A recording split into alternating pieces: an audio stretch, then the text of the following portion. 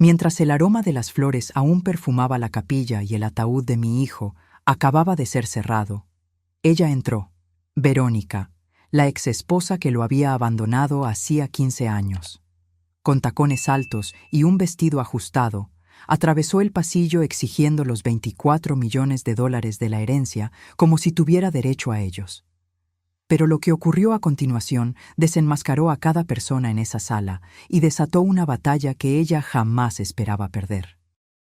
Pero antes de continuar, asegúrate de estar suscrito al canal y escribe en los comentarios ¿desde dónde nos estás viendo? Nos encanta saber hasta dónde llegan nuestras historias. Cuando las puertas de la capilla se abrieron esa tarde gris, mi corazón ya estaba más roto de lo que creía posible. El ataúd de mi hijo, pulido y solemne, descansaba en el altar rodeado de arreglos de flores blancas, sus favoritas. El himno que él amaba acababa de resonar por última vez entre los vitrales, dejando un silencio pesado que parecía tragar cada respiración en la sala. Fue en ese momento sagrado de dolor que ella apareció.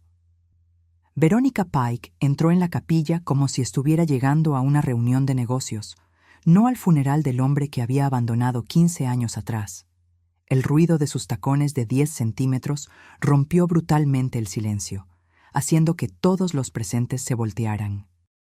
Su vestido negro, demasiado elegante para la ocasión, abrazaba su cuerpo como una segunda piel. Pero fue su sonrisa, esa sonrisa de rincón calculada, lo que me heló la sangre. «Estoy aquí para reclamar lo que me pertenece», anunció con una voz clara y ensayada, proyectándola para que todos la escucharan. «Los $24 millones que mi esposo dejó. Como su esposa legal, tengo todo el derecho a ello». El aire fue succionado de la capilla. Algunos jadearon, otros se voltearon aturdidos hacia sus vecinos de banco. Pero yo no me giré para mirarla. Aún no. Mantuve mis ojos fijos en el ataúd de mi hijo, en la placa de latón que brillaba suavemente con su nombre. Ni siquiera había sido bajado a la tierra, y ella ya estaba allí, como un buitre, tratando de arrancar lo que quedaba de él. No fue tristeza lo que sentí en ese momento. Fue un calor intenso subiendo por mi pecho, apretando mi garganta.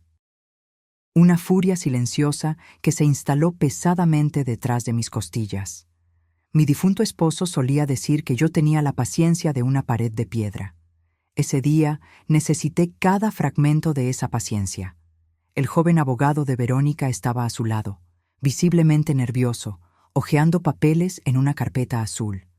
Su voz temblaba mientras mencionaba términos como estado civil, derechos de supervivencia y alguna cláusula que claramente no había leído con suficiente atención. Ni siquiera sabía que ella había renunciado a todos sus derechos en el acuerdo de divorcio años atrás. Miré a mi izquierda, donde Sofía Ser, mi abogada, ya estaba sacando una carpeta discreta de su bolso. Me hizo una pequeña seña. «Aún no es el momento. Solo espera», me decía su mirada. Los susurros habían comenzado a extenderse por la capilla como una ola. La entrada de Verónica no solo rompió el silencio, rompió la ilusión de paz que yo había intentado mantener ese día. Los dolientes se movían incómodos en sus asientos. Algunos miraban al suelo, incapaces de presenciar el espectáculo. Otros me miraban a mí, esperando que me derrumbara, que me quebrara ante esa afrenta. Pero no lo hice. Lentamente me giré para enfrentarla. Verónica no vaciló cuando nuestras miradas se encontraron. Había una fría confianza en su mirada, la clase que solo existe en personas que creen haber ganado antes de que la batalla comience. Levantó la barbilla ligeramente, orgullosa de sí misma. Tal vez esperaba que suplicara, llorara o armara una escena frente al altar. Pero permanecí inmóvil, y eso pareció desestabilizarla, porque su voz se volvió más alta, más insistente. «No estoy aquí para pelear. Estoy aquí para tomar lo que es legalmente mío». Finalmente hablé, mi voz más fría que la de ella, perfectamente controlada. «Tú no eres su esposa. Ya no». Por un segundo ella dudó. Su abogado susurró algo, volteando una página en sus documentos, pero pude verlo en su rostro. Ella esperaba que yo no conociera la ley. Esperaba que estuviera demasiado perturbada para reaccionar. Pensó que este funeral era su escenario y que yo estaría demasiado rota para contraatacar. Fue entonces cuando Sofía se adelantó, silenciosa como una sombra, y le entregó al oficial de la iglesia una copia del decreto de divorcio, sellado, autenticado. La renuncia total a cualquier futura reclamación de bienes había sido finalizada hace más de una década. No necesité decir nada más. La verdad estaba allí, impresa en tinta oficial, y el silencio que siguió fue más ensordecedor que cualquier grito. Alguien tosió nerviosamente. Otro murmuró: «Dios nos ayude». Verónica se quedó quieta, con los labios apretados, los ojos recorriendo los bancos de la capilla. Estaba esperando que alguien la defendiera. Nadie lo hizo. Y yo me quedé allí, no triunfante, no arrogante, solo firme. Pasé 15 años criando a mi hijo sola, después de que ella lo dejó, sin nada más que deudas médicas y un corazón destrozado. Estuve presente en cada sesión de radioterapia, cada cirugía, cada llamada nocturna, cuando el dolor venía más rápido de lo que los medicamentos podían seguir. Ella estuvo ausente, completamente desaparecida, hasta que el dinero valió la pena para regresar. Cuando finalmente me giré para salir de la capilla, no miré hacia atrás. Caminé hacia la salida con Sofía a mi lado, nuestros pasos lentos y uniformes, como si estuviéramos marchando hacia una batalla que apenas comenzaba. Escuché a alguien susurrar mi nombre con simpatía. Otro dijo: «Justicia». Pero yo no necesitaba simpatía. No quería justicia. Todavía no. Porque sabía que esto no había terminado, ni de lejos. Lo que estaba por venir haría que el funeral pareciera solo un preludio. Afuera, el viento había aumentado, azotando hojas secas alrededor de los escalones de piedra. Sofía me alcanzó y silenciosamente me entregó un sobre marrón. Lo puse debajo de mi brazo sin decir palabra. Ambas sabíamos que lo necesitaría muy pronto. El director de la funeraria nos encontró en la acera, claramente perturbado, para disculparse por la interrupción. Le dije que no se preocupara. «La muerte no siempre trae dignidad», respondí. Él no supo qué decir después de eso, y yo no necesitaba que lo supiera. Entramos en el auto. Sofía condujo. Me senté en el asiento del pasajero, mirando por la ventana, con las manos cruzadas, respirando despacio, no calma, solo controlada. Hay una diferencia. Tomamos exactamente 11 minutos para llegar a la oficina de SER y Asociados en el centro de la ciudad. La asistente de Sofía ya había preparado la sala de conferencias, cerrando la puerta detrás de nosotras y asegurándola con un suave clic que parecía sellar el mundo exterior. Sofía puso 2 documentos sobre la mesa de madera oscura y los alisó con manos precisas.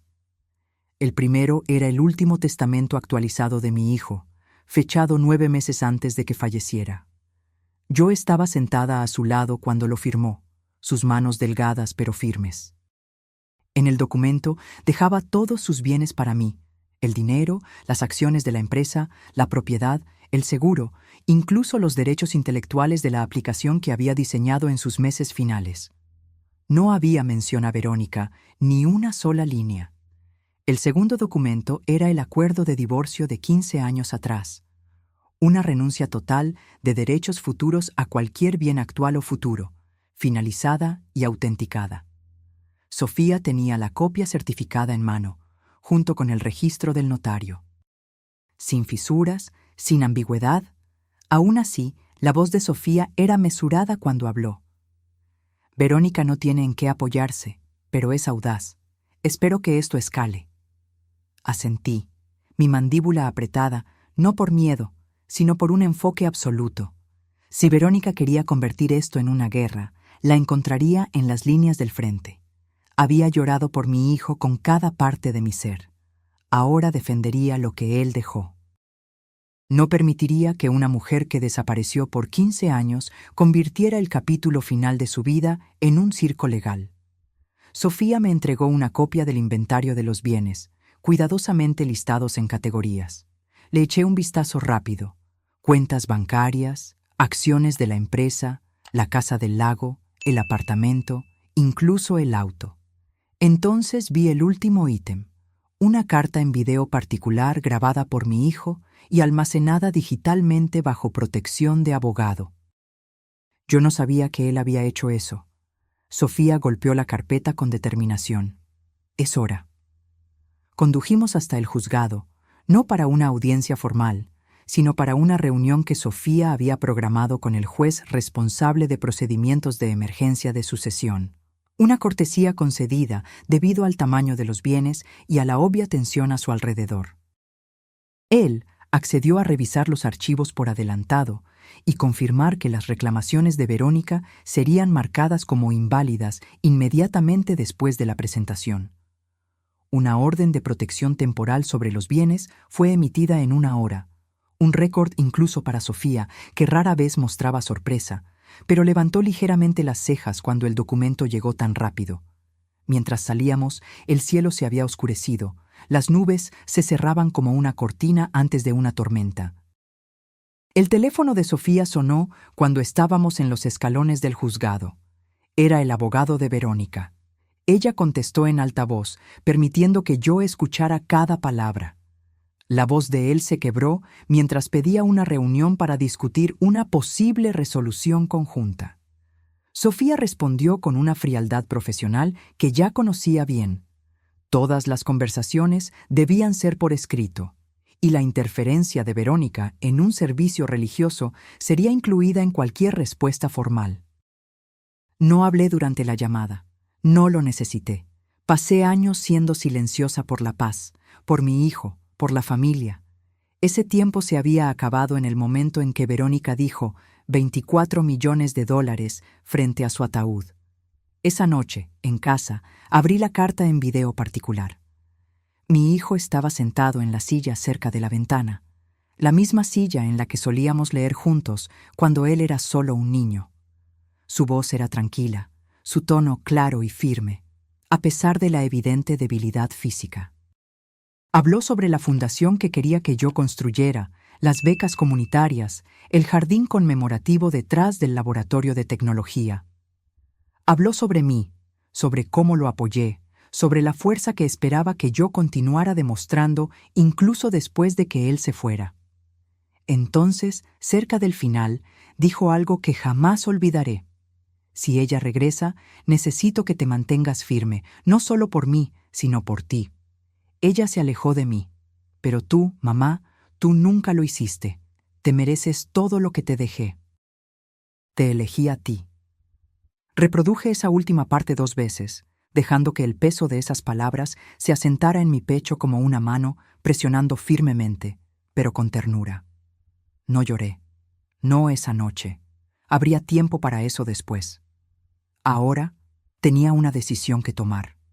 Abrí el cajón de mi escritorio y saqué un bloc de notas. Escribí 3 nombres. 3 personas que apoyaron a mi hijo cuando Verónica no lo hizo. 3 personas que presenciaron cosas, que sabían cosas. Una de ellas tenía acceso a registros hospitalarios. Otra había archivado los contratos de desarrollo. La tercera poseía correos electrónicos personales que nunca fueron divulgados. No se trataba de venganza, se trataba de protección. No permitiría que ella reescribiera su historia, no mientras tuviera aliento en mis pulmones, no mientras aún tuviera su voz en mis oídos. A la mañana siguiente, la noticia se extendió. No sobre el dinero, eso vendría después, sino sobre lo que sucedió en la iglesia, sobre la entrada de Verónica, sobre el enfrentamiento, sobre el silencio que siguió. Mi teléfono sonó antes del amanecer. Viejos vecinos, primos lejanos, personas de las que no había sabido en años llamando para preguntar cómo estaba. Pero por debajo de la preocupación podía oír algo más. Curiosidad, vacilación, un ligero tono de cuestionamiento en sus voces, como si no estuvieran seguros de qué lado de la historia creer todavía. No devolví las llamadas. Me senté a la mesa de la cocina con una taza de café negro y observé el cielo clarear sobre el patio. El mismo patio donde mi hijo había jugado cuando era pequeño, donde habíamos hecho barbacoas los fines de semana, donde planté "No me olvides" a lo largo de la cerca durante su primera ronda de quimioterapia. Era un espacio tranquilo, un buen lugar para pensar. Pero la tranquilidad no duró. Alrededor de las 10 de la mañana, Verónica publicó una foto, una imagen recortada de mi hijo de años atrás, una que ella no tenía el derecho de compartir. La leyenda era corta: con el corazón roto por decir adiós al amor de mi vida, que se haga justicia. Entonces vinieron los comentarios. La mayoría eran de personas que no sabían o no les importaba saber la verdad. Personas que tomaron su versión de la historia y la esparcieron como fuego en paja seca. Había emojis de simpatía, palabras como valiente e injusto y trágico. Algunos mencionaron abogados. Uno dijo que ella debería luchar por lo que era de ella. Fue en ese momento que las cosas cambiaron. Ya esperaba una batalla legal. Ya había asegurado los documentos. Pero esto era algo diferente. Esto era público. Era imagen. Y si había aprendido algo en la última década, era que la gente cree en lo que ve primero, incluso si es una mentira completa. Le envié un mensaje a Sofía. La respuesta llegó rápida como un rayo. Ya lo estamos monitoreando. Estamos preparando una línea de tiempo para su divulgación. En una hora, la CFO de mi hijo, Jimena, llamó para decir que había recibido 2 llamadas de periodistas preguntando sobre la viuda. Jimena dijo esa palabra con un amargo apretón que aprecié profundamente. Le dije que esperara. No íbamos a reaccionar. Íbamos a responder. Y hay una diferencia fundamental entre esas 2 acciones. Al mediodía, conduje al centro para reunirme con Sofía. Ella había reservado una sala tranquila en una biblioteca privada que solía ser un banco. Paredes gruesas, a prueba de sonido. No queríamos oídos indiscretos. Lo que teníamos que preparar ya no era solo legal, era reputacional. Sofía presentó el plan en 3 partes. Primero, confirmar la posición legal con la orden temporal del juez e iniciar el proceso para una moción permanente para bloquear la interferencia de Verónica. Esa parte ya estaba en marcha. Segundo, reunir todas las evidencias personales que mi hijo dejó y toda la documentación de las personas en su círculo íntimo. Jimena tenía correos electrónicos y horarios que probaban que Verónica jamás apareció durante su enfermedad. Miguel tenía registros autenticados del divorcio y de los acuerdos de propiedad. Daniel, el enfermero de la UCI, tenía una declaración por escrito sobre la semana final, incluyendo la visita que Verónica nunca hizo. Tercero, y esa era la parte que Sofía todavía no me había dicho, preparar un evento público. No solo un comunicado de prensa o una petición legal, sino algo real, visible, un compromiso público con la fundación que mi hijo quería crear. Sofía creía que la mejor defensa no era solo un juzgado, era una multitud, y no estaba equivocada. Elegimos una fecha para 3 días a partir de ese momento. El lugar, la principal sala de conferencias en el ayuntamiento de la ciudad. El alcalde ya había expresado apoyo a la fundación meses antes, cuando mi hijo aún estaba vivo y discretamente sentando las bases. Aún teníamos las cartas, los permisos, todo lo que él había arreglado. Simplemente estábamos dando continuidad a lo que él comenzó. Pero yo no estaba interesada en montar un espectáculo. Le dije a Sofía que todo debía permanecer centrado en él, no en Verónica, no en mí. La causa, la misión, el impacto comunitario, eso era lo que importaba. Aún así, sabía que Verónica vendría y necesitaba estar lista. Esa noche, visité el antiguo despacho de tecnología donde mi hijo solía trabajar. Las luces estaban apagadas, los muebles cubiertos. El equipo se había mudado después de la adquisición, pero Jimena aún tenía las llaves. Me encontró al frente y me llevó a su vieja mesa. La silla todavía estaba allí, así como la taza con una astilla en el asa, la pizarra con notas semi-borradas sobre la funcionalidad de la aplicación, en su caligrafía que yo reconocería entre miles. Jimena me entregó un pendrive sin decir mucho, solo presionándolo en mi mano con un gesto determinado. Dentro estaban los últimos 2 meses de correos electrónicos privados de mi hijo. Ella había filtrado todo lo que era irrelevante. Lo que quedó eran comunicaciones sobre la fundación, sus instrucciones médicas finales y sus últimos contactos con consejeros legales. Más tarde, esa noche, me senté en mi propio escritorio, el mismo en el que solía corregir trabajos cuando yo enseñaba en 2º grado, y abrí el pendrive. Había 3 correos marcados con estrellas rojas. Uno para Sofía, uno para Jimena, uno para mí. El que era para mí nunca fue enviado. Lo había guardado como borrador. Decía: «Mamá, si estás leyendo esto, yo ya me fui.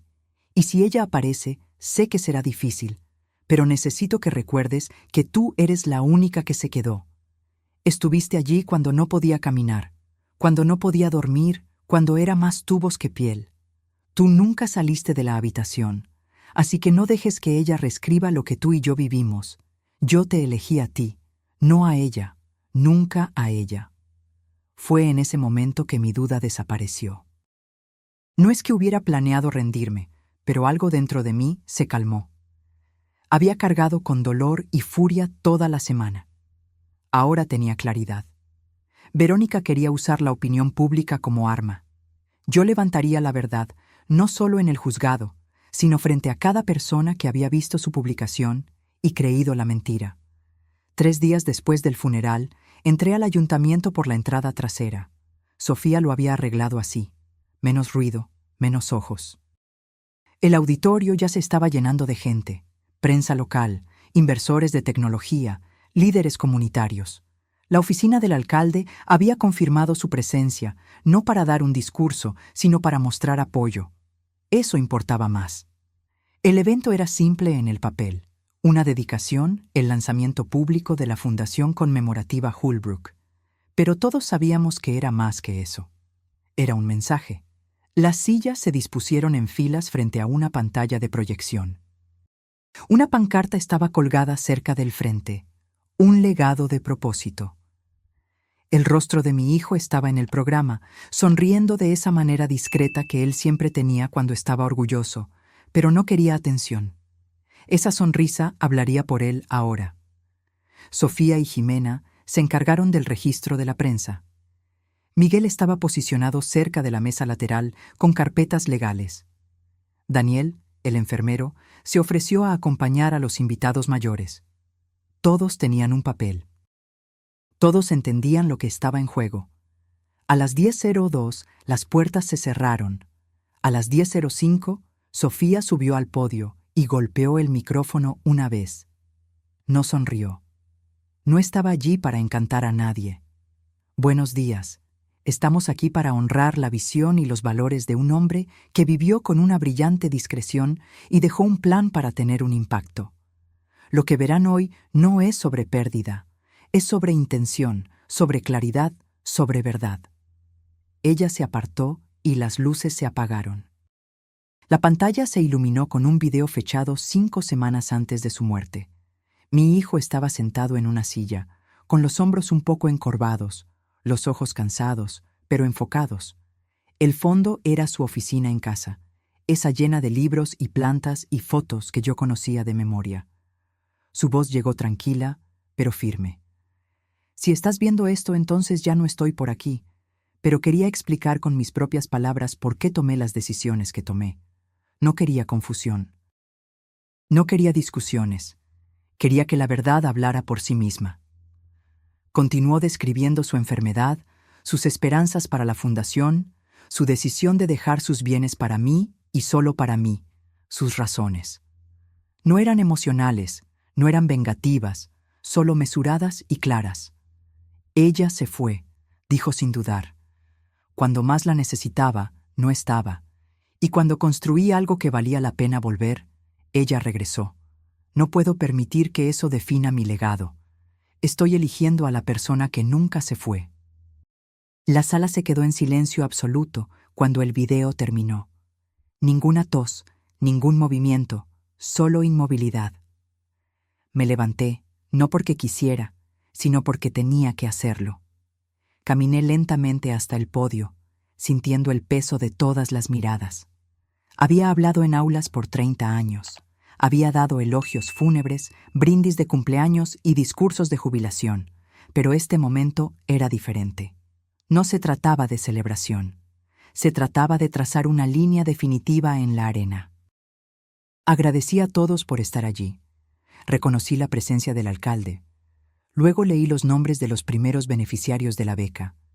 Leí los nombres de las escuelas locales que recibirían apoyo tecnológico. Describí el fondo de ayuda médica de emergencia que llevaría el nombre de mi hijo. La audiencia escuchó atentamente. Nadie interrumpió. Entonces abordé la situación directamente. Algunos de ustedes pueden haber visto publicaciones en línea, escuchado rumores, leído comentarios. No responderé a chismes, responderé con evidencia. Jimena atenuó las luces de nuevo. La pantalla mostró correos electrónicos de mi hijo, etiquetados, fechados, comunicaciones verificadas con Sofía, con Jimena, conmigo. Documentaban sus intenciones, sus planes de herencia revisados, sus designaciones de beneficiario de seguro canceladas, todo, la base incuestionable de los hechos. Luego, vinieron documentos legales digitalizados, el decreto de divorcio, el acuerdo firmado, la renuncia de derechos. Resaltado en amarillo, la línea donde Verónica había firmado su consentimiento total para renunciar a cualquier reclamación futura. Finalmente, la última diapositiva, una captura de pantalla de un correo electrónico que Verónica había enviado a un amigo cercano 6 semanas antes del funeral. El mensaje había sido reenviado anónimamente a la oficina de Sofía. En él, Verónica escribió: «No me importa lo que cueste. Estoy volviendo para tomar lo que debería ser mío. Él me lo debía. Y si su madre quiere una guerra, estoy lista». Miré a la audiencia. Esa era su historia. Esta es la mía. Y esta fundación, este trabajo, este legado, pertenece al hombre que lo ganó, no a la que lo dejó, no a la que regresó cuando los titulares aparecieron. Algunas personas aplaudieron, luego algunas más. Cuando volví del podio, toda la sala estaba aplaudiendo. No sonreí. No me incliné. Solo asentí una vez y regresé a mi asiento. Verónica estaba allí. La había visto llegar tarde. Se sentó en la última fila, con gafas de sol, los labios apretados. Cuando las luces volvieron, se levantó y se fue. No hizo una escena. No habló. Pero sus tacones resonaron fuerte contra el suelo mientras se iba, como si quisiera ser escuchada, como si quisiera que alguien la persiguiera. Nadie lo hizo. Sofía se inclinó hacia mí. «Ella va a contraatacar». No respondí. No lo necesité. Lo intentaría, y nosotras estaríamos listas. Después de que el evento terminó, la gente se me acercó, me estrechó la mano, me contó historias sobre mi hijo que nunca había oído antes. Un compañero de la universidad, un mentor de una incubadora de tecnología, un padre cuyo hijo había recibido clases gratuitas de la aplicación que mi hijo construyó en su último año. Esa tarde, una foto del evento apareció en las noticias. Yo parada en el podio, una mano en el atril, la otra sosteniendo el programa. El rostro de mi hijo a mi lado en la pantalla.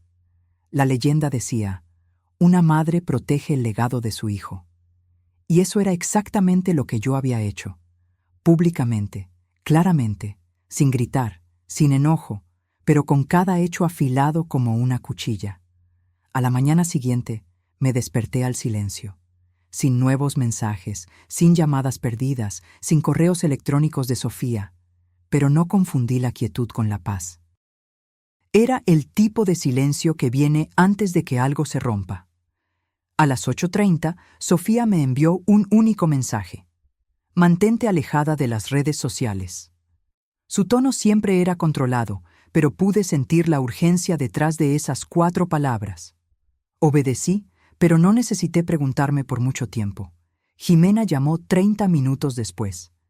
Verónica publicó algo, un clip de video. Ediciones recortadas de tu hijo fuera de contexto. Hace que parezca que se arrepintió de haber cambiado el testamento. Cerré los ojos y respiré hondo. El evento en el ayuntamiento la había sacudido. Ahora estaba jugando sucio. Esa tarde, Sofía y yo nos reunimos de nuevo en la misma sala privada en el antiguo edificio del banco. Ella ya había descargado el clip, hecho una copia de seguridad, lo había transcrito y tenía un equipo verificando sus ediciones. No había filmación completa para emparejar, ningún registro de esas palabras en ningún archivo bruto.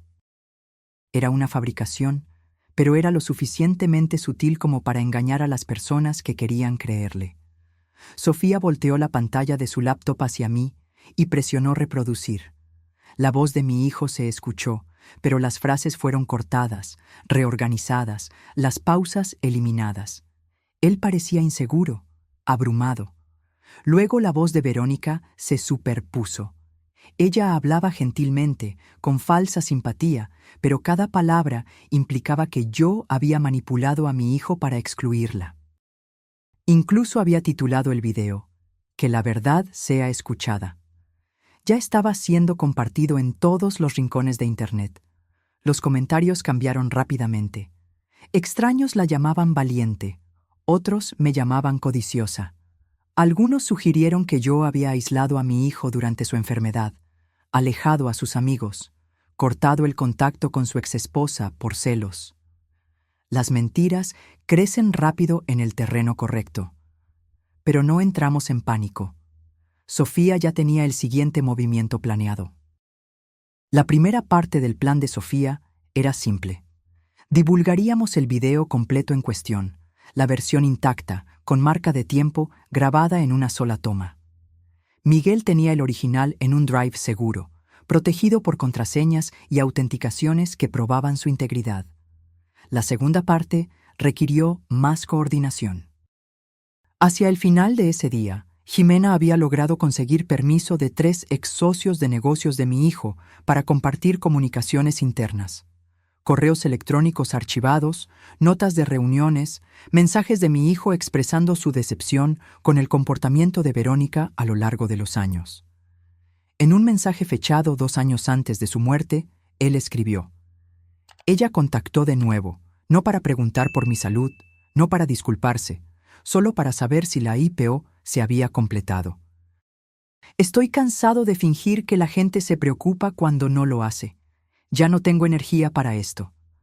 Sofía reunió todo esto en un paquete meticulosamente organizado y etiquetado como documentación de patrón de comportamiento. Limpio, profesional, devastador en su simplicidad. A la mañana siguiente, realizamos una conferencia de prensa. No fue algo llamativo, sin un podio elaborado, sin dramatización, solo una sala de conferencias con un proyector y paquetes impresos para cada persona presente. Sofía abrió con una única frase que resonó en la sala. "La desinformación es peligrosa. Aquí está la verdad". Luego reprodujimos el video original completo. El mensaje no editado de mi hijo, tranquilo, claro, confiado. Explicó sus decisiones sin dudar, sin confusión. Me nombró como su única ejecutora, su única cuidadora, su única familia restante. Distribuimos las evidencias por escrito. Dimos tiempo para preguntas. No ofrecimos frases hechas. No creamos giros narrativos. Simplemente presentamos hechos incuestionables.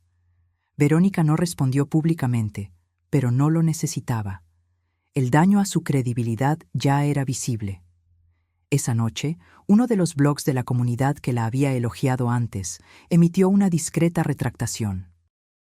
Otro eliminó el video manipulado de ella. Un tercero publicó transcripciones lado a lado mostrando cómo el clip había sido alterado. Aún así, no era suficiente, no para mí. Los hechos estaban de mi lado, pero yo no estaba persiguiendo solo hechos.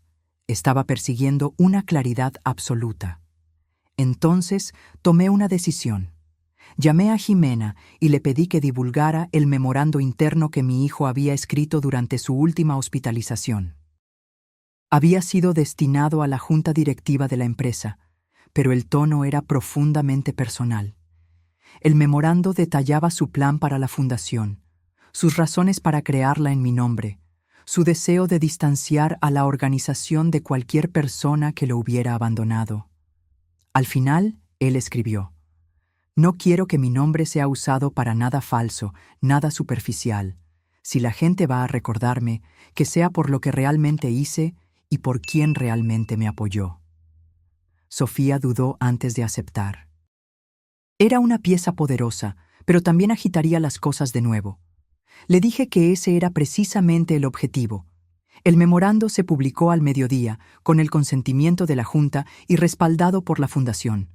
No atacó a Verónica directamente. No la mencionó por su nombre, pero expuso cada mentira que ella había contado simplemente por existir, como un rayo de luz que disipa sombras. Por la noche, comencé a recibir mensajes. Extraños, sobrevivientes de enfermedades graves, cuidadores, personas que habían visto a seres queridos morir lentamente y solos. Escribieron para decir que entendían, me creían. Habían visto a personas aparecer demasiado tarde solo para reclamar algo que no habían ganado. Pero incluso eso no me satisfizo por completo, porque Verónica no había terminado.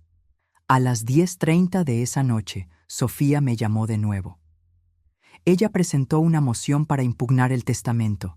Alega que tu hijo fue coaccionado. Alega que no tenía plena capacidad mental cuando hizo los cambios finales. Le pregunté a Sofía cuán fuerte era la alegación. Débil, respondió, pero forzará una respuesta formal. Iniciará el descubrimiento. Abrirá registros.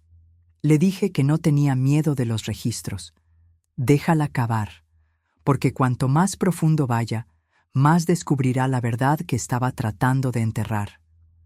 Esto ya no era solo sobre una mentira, era sobre el carácter, y el carácter tiene un alcance mayor que el dinero. La moción llegó tarde un jueves. Sofía me reenvió el documento a las 21:42, exactamente como yo sabía que lo haría, limpio, anotado, con una nota corta en la parte inferior. No necesitas responder aún, pero deberías ver esto. Leí cada página con atención meticulosa. El equipo legal de Verónica me acusaba de influencia indebida. Alegaban que mi hijo había sido manipulado emocionalmente, que yo lo había aislado, que lo había coaccionado a reescribir el testamento cuando su mente estaba oscurecida por la medicación y la enfermedad. Me llamaban controladora, opresora, implacable. Me senté sola a la mesa de la cocina, la misma mesa donde yo solía esparcir proyectos de ciencias y tarjetas de vocabulario, la misma mesa donde había rapado la cabeza de mi hijo después de su primera ronda de quimioterapia, tratando de hacerlo reír mientras el cabello salía en mechones. Ahora esa mesa contenía una acusación de que yo le había robado. Lo había doblegado a mi voluntad. Había usado su dolor para mi propio beneficio. Me permití sentirlo por completo. No el enojo, aún no. El dolor. Se instaló en mi pecho como algo viejo que regresaba, algo con peso, algo con lo que pensé que ya había hecho las paces. Ese dolor regresó esa noche porque leer esa moción era revivir cada hora que me había sentado a su lado. Cada vez que había sostenido una bolsa de vómito en una mano y sus dedos en la otra, cada vez que había presionado el botón de morfina cuando la enfermera no llegaba lo suficientemente rápido, me llamaron implacable. Pero ellos no estaban allí cuando yo le leía mientras él tenía náuseas, cuando yo cambiaba las sábanas a las 3 de la mañana, cuando yo le masajeaba los pies para que pudiera dormir. Ellos no estaban allí la noche en que se despertó gritando y no podía recordar qué año era. Ellos no estaban allí la tarde en que él me pidió, claramente y con plena capacidad, que me asegurara de que ella nunca recibiera un centavo. Yo sí. Así que dejé que el peso se asentara. No luché contra él, no lo aparté. Me serví un vaso de agua. Me quedé quieta, perfectamente inmóvil, mientras dejaba que las palabras me lavaran. Y me recordé exactamente quién era yo, no la mujer que ellos describieron en el papel, sino la madre que se quedó. A la mañana siguiente, me reuní con Sofía en su oficina.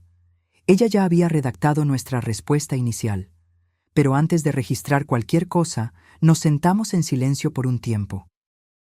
Ella me observaba como si estuviera esperando que yo cediera o explotara de enojo, o me derrumbara en lágrimas. No hice nada de eso. Simplemente dije, vamos a hacerlo de forma limpia, vamos a hacerlo final. Ella asintió con una pequeña sonrisa de aprobación. Acordamos preparar una declaración juramentada completa. El testimonio de Daniel como enfermero, la declaración de Jimena como CFO, los registros autenticados de Miguel. Incluiríamos toda la cadena de correos electrónicos que documentaba las peticiones de mi hijo, su grabación de voz, su memorando particular, todo. Pero yo no quería que el siguiente paso fuera solo legal. Necesitaba algo más. Le dije a Sofía que quería escribir una carta, no para el juzgado, sino para la fundación, para la comunidad. Ella dudó brevemente, pero accedió. Ese fin de semana me senté con un bolígrafo y escribí a mano. Lo mantuve simple. Yo no soy la voz de mi hijo, pero soy el eco de lo que él creía. Él creía en la justicia, en la decencia, en la verdad que no necesita gritar para ser escuchada. Él construyó lo que construyó no por fama o legado, sino porque quería resolver un problema, dejar algo útil atrás. Yo me quedé a su lado. No lo hice por recompensa, no lo hice por reconocimiento. Lo hice porque lo amaba y porque creo en lo que él quería que esta fundación fuera. La semana siguiente, Sofía registró la refutación completa. Era más larga que la moción original, más detallada, más sustancial con documentación irrefutable. Entonces esperamos. Durante ese tiempo, Verónica hizo exactamente lo que esperaba. Fue a la prensa, dio entrevistas, interpretó el papel de la viuda inconsolable. Habló sobre amor y memoria y corazón roto. Compartió fotos cuidadosamente seleccionadas. Lloró cuando las cámaras lo exigían, pero algo había cambiado. El público ya no estaba tan seguro. Algunos artículos comenzaron a usar la palabra supuesto antes de sus alegaciones. Comentaristas comenzaron a hacer referencia al video completo, a los correos electrónicos, a las contradicciones evidentes entre lo que ella decía y lo que los documentos mostraban. La verdad no siempre se mueve rápido, pero se mueve de forma constante e implacable. Sofía me dijo que podría llevar semanas para que el juez revisara la moción. Me advirtió que Verónica podría presionar por una audiencia, intentar retrasar las cosas, intentar desgastarnos con el tiempo. Le dije que no estaba preocupada porque ya había esperado por cosas peores. Había esperado por análisis de sangre y resultados de biopsia y el sonido de máquinas pitando en medio de la noche. Esperar por fechas de juzgado y revisiones de documentos no me asustaba. No como ver a tu hijo languidecer día tras día, hora tras hora. Durante esos días de espera, me mantuve ocupada. Pasé las mañanas en la oficina de la fundación, revisando propuestas de becas, reuniéndome con el nuevo director, armando paneles de evaluación. Me aseguré de que el trabajo avanzara. Mantuve mis manos ocupadas para que mi corazón no se sintiera abrumado por el peso de la espera. Una tarde, mientras revisaba informes de presupuesto, una voluntaria entró con una carta.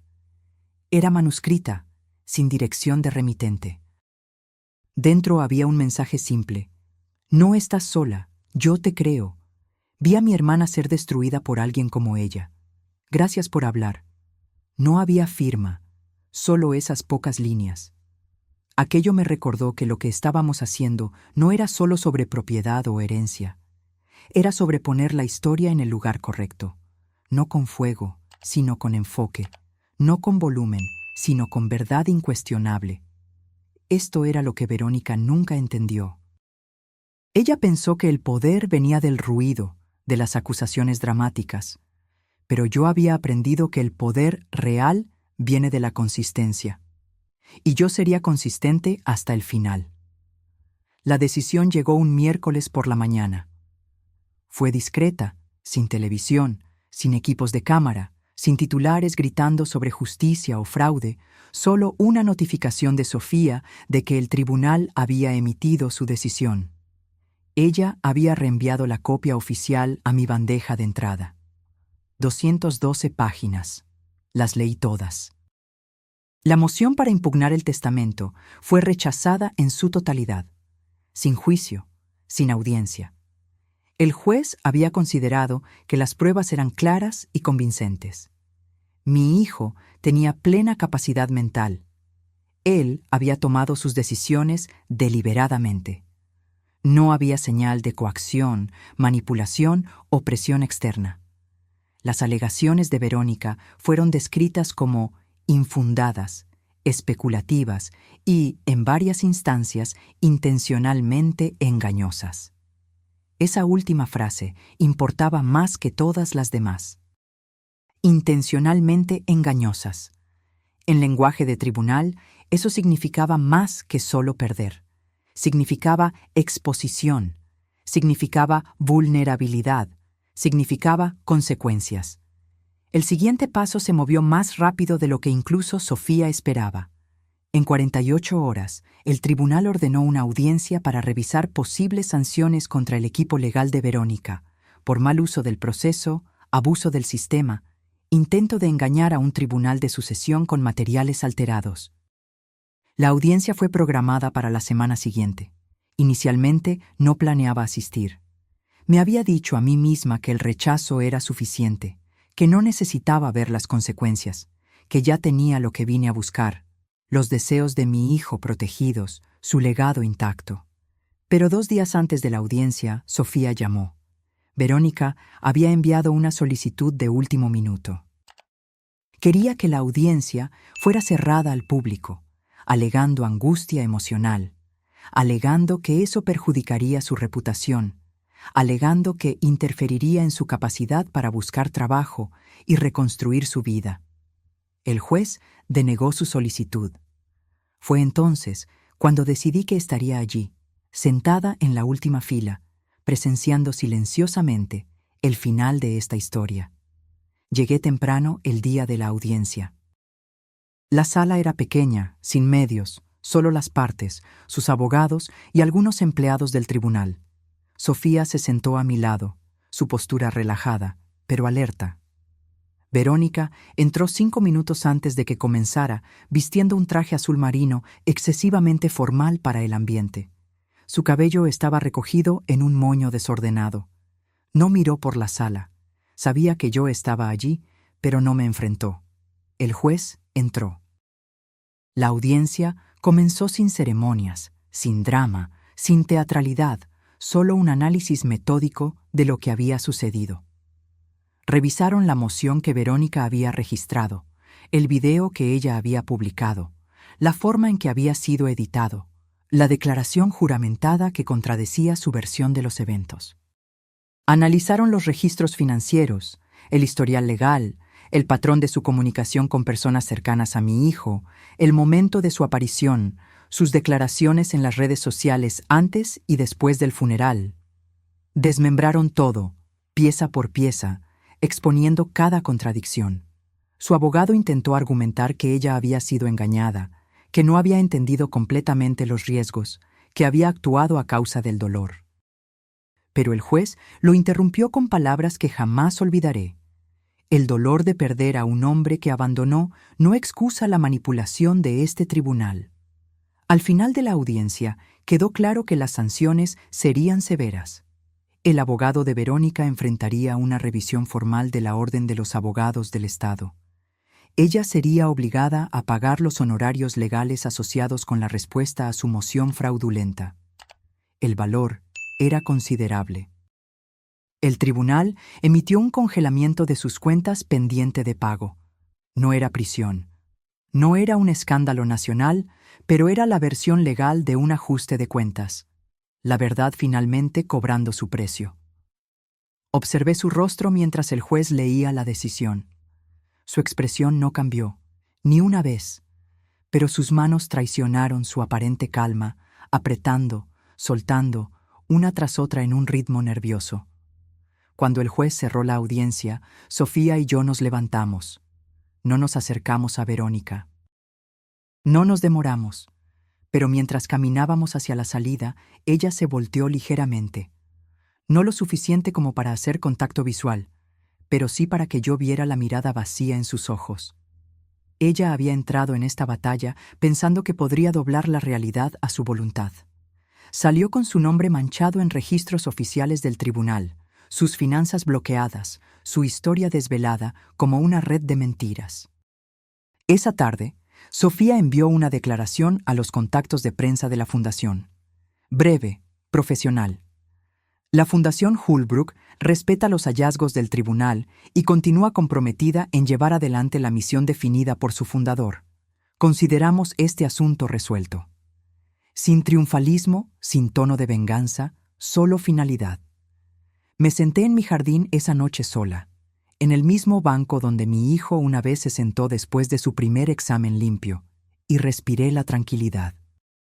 No la paz completa, aún no, pero la tranquilidad que viene después de que una puerta finalmente se cierra. En las semanas siguientes, la fundación floreció. Recibimos más ofertas para asociaciones de las que podíamos aceptar. Los primeros beneficiarios de las becas ya estaban siendo seleccionados. El jardín conmemorativo, detrás del laboratorio, comenzaba a tomar forma. En cuanto a Verónica, ella desapareció de la vida pública tan completamente como había desaparecido de la vida de mi hijo 15 años antes. Sin más publicaciones, sin más entrevistas, sin más cartas o correos electrónicos o intentos de contacto. Un día recibí una correspondencia, un sobre simple, sin remitente, solo mi nombre al frente. Dentro no había carta, solo una foto antigua de mi hijo de niño y un pedazo de papel con una única palabra. Perdón. No respondí. No había necesidad. Ese capítulo estaba cerrado, no con un grito o una celebración, sino con la calma certeza de quien protegió lo que importaba.